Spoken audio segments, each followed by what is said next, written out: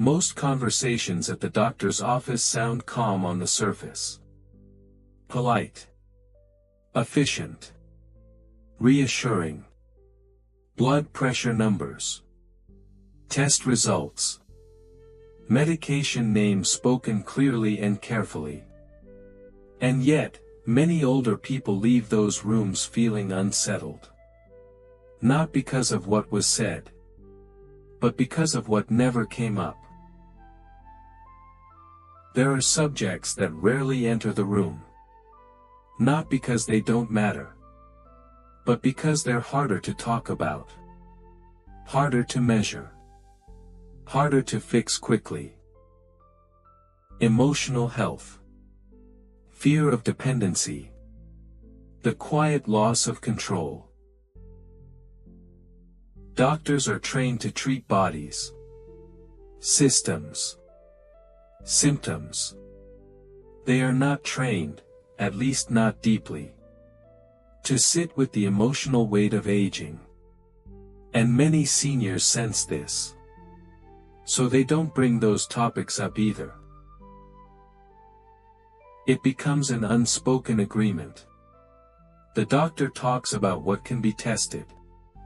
The patient stays silent about what can't.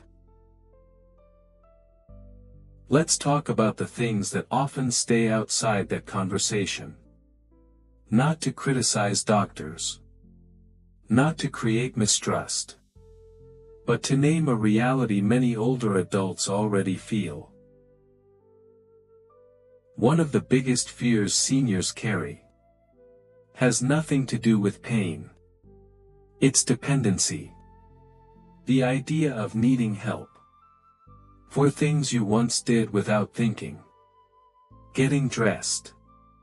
Managing finances. Making decisions.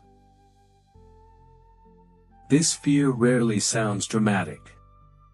It sounds like jokes. I don't want to be a burden. I'm fine, really.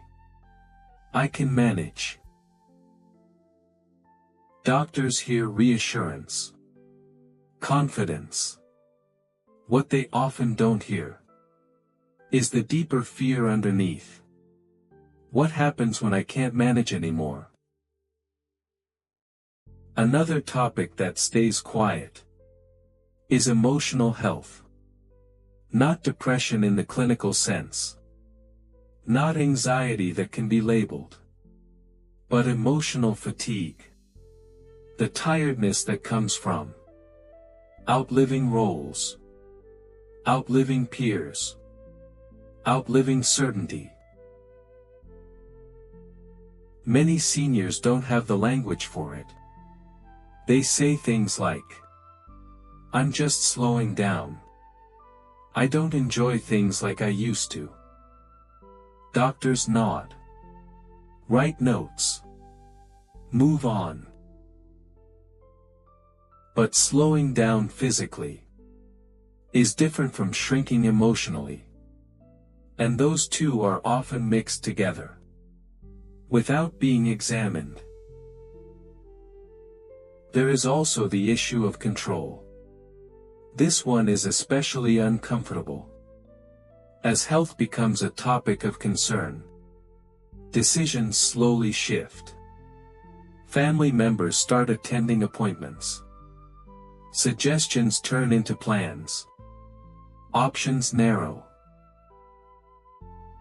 Again, often with good intentions.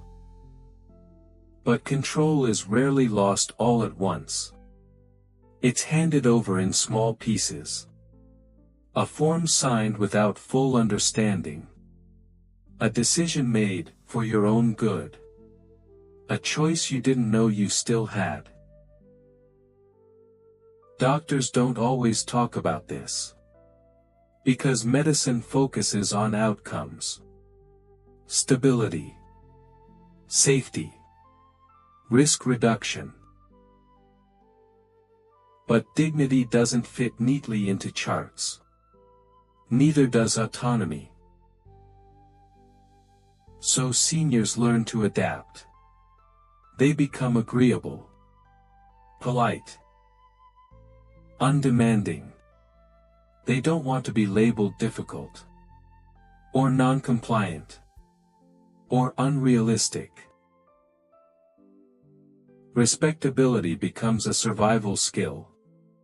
But there's a cost to that silence. When emotional fears go unspoken, they don't disappear. They show up as withdrawal, as passivity, as a quiet loss of confidence. And this is where respectful skepticism matters. Not distrust. Not rebellion. Just thoughtful awareness. It's okay to notice when a conversation feels incomplete. When the focus is narrow. When your emotional experience is treated as background noise instead of central information. This doesn't mean doctors are uncaring. It means the system was never built to fully address aging as a human experience, only as a medical one. The danger isn't illness. The danger is allowing others to define your experience for you. There is power in recognizing that fear of dependency is not weakness. It's a rational response to losing control over one's life. There is wisdom in acknowledging that emotional health matters, even when no diagnosis applies. And there is dignity in questioning, respectfully, whether a plan truly aligns with your values. Empowerment in old age doesn't mean fighting doctors. It means staying present in the conversation. Asking yourself quietly, does this choice respect who I am? Am I being informed, or decided for? What matters to me beyond safety? Aging doesn't mean surrendering authority. It means redefining it. You may not control everything your body does anymore. But you still own your perspective, your priorities, your voice. The most important conversations are often the ones no one initiates. About fear. About dignity. About what kind of help feels respectful. And what kind doesn't. Doctors may avoid these topics because they are complex. That doesn't mean you have to. Empowerment isn't loud. It's quiet clarity. Knowing what matters to you, even when others focus on what matters medically. And perhaps the greatest wisdom in aging is this: your life is not just something to be managed. It is something to be honored. Even now.